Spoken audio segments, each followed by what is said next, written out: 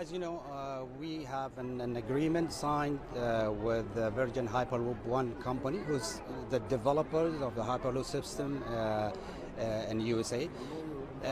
Part of this agreement, we develop a feasibility study to implement this system in Dubai or in UAE.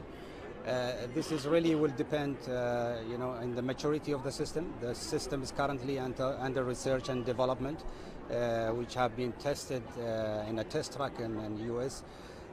In a few years, I believe, when the system will get matured enough, so then we can look at the feasibility for implementing it in Dubai.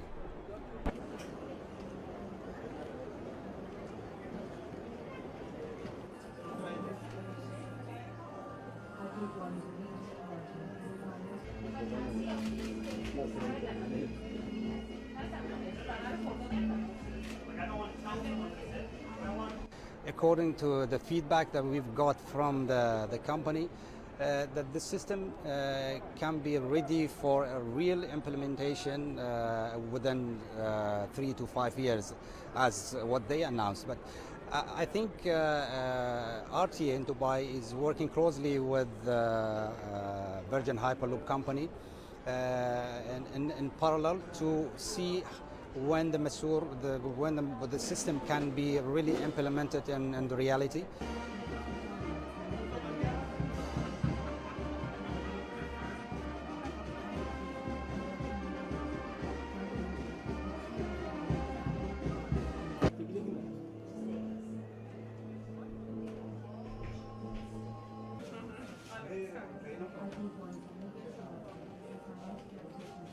I believe the Hyperloop system is one of the fastest system that can travel from one point to another point. So expected that it will speed up to 1200 kilometers per hour.